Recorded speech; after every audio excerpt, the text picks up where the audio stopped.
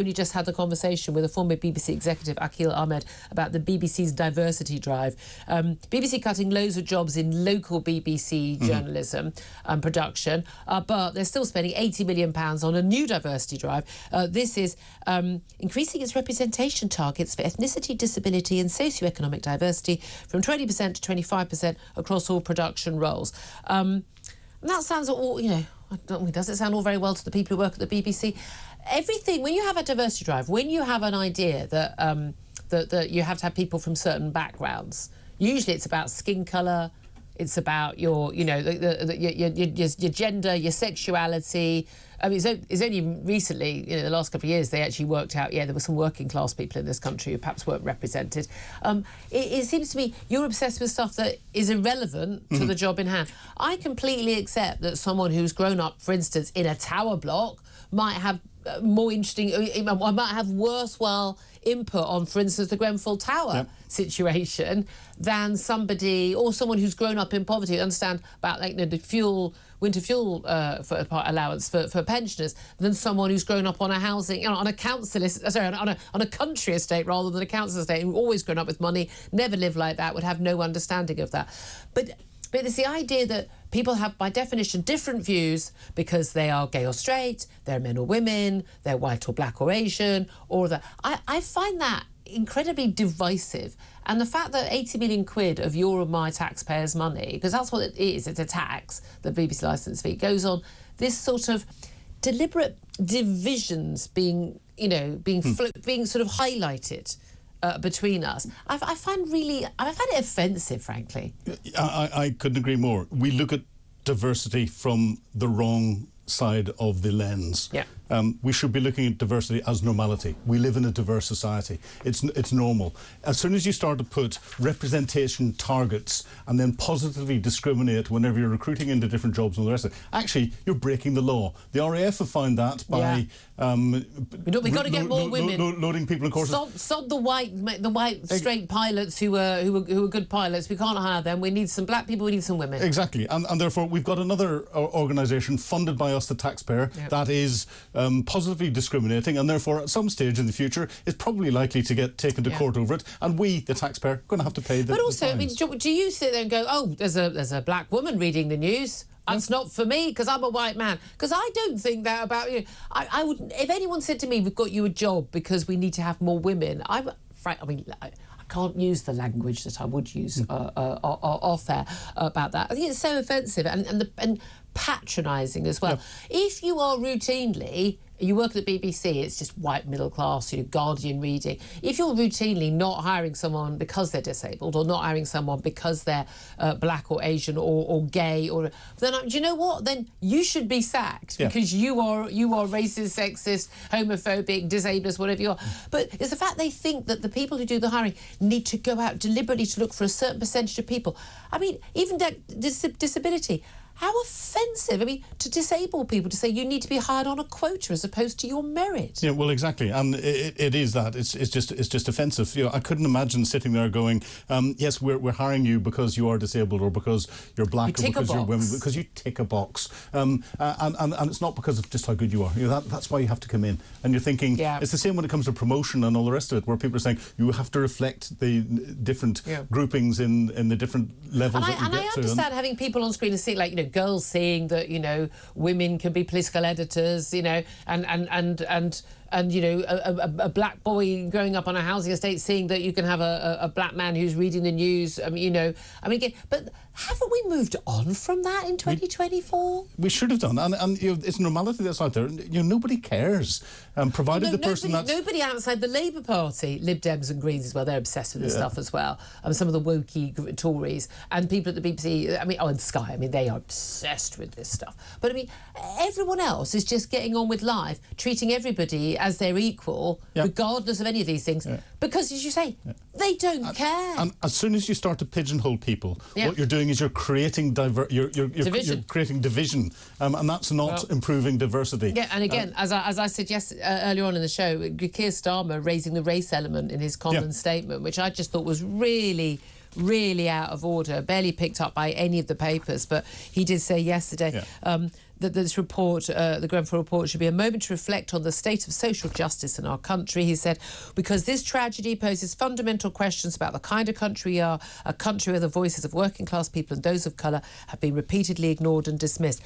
The people in Grenfell Tower didn't die because they were black or because they were working class. They died because completely and utterly corrupt people working in building companies, in manufacturing companies, deliberately falsified tests to pretend that completely unsafe flammable cladding was actually safe, and total absence of decent safety regulations, total and utter abject incompetence and irresponsibility from those who were commissioning those people, the architects, the local body, the government. You know, it had bugger all to do with whether people were poor or whether people were of colour.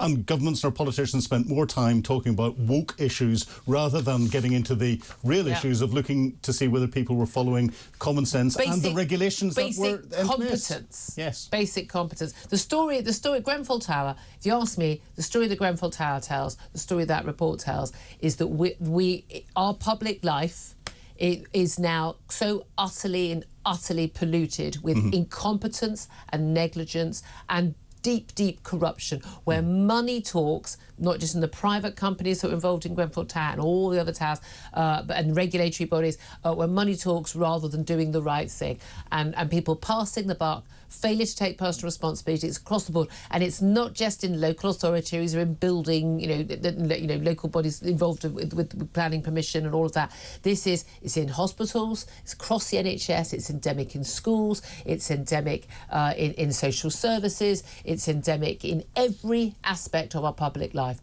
and this is the sort of the cancer in our country, which is holding back growth, holding back people getting on, living full lives, our country doing better, because we are held back by this abject lack of competence and willingness to do the right thing in our public bodies. And that is something the government's going to have to get to grips on. And the other bit that comes into that is organisational reputation is more important than looking after people. And therefore that's why we get cover-up after cover-up after cover-up. Yep. And that's why incompetence can breed.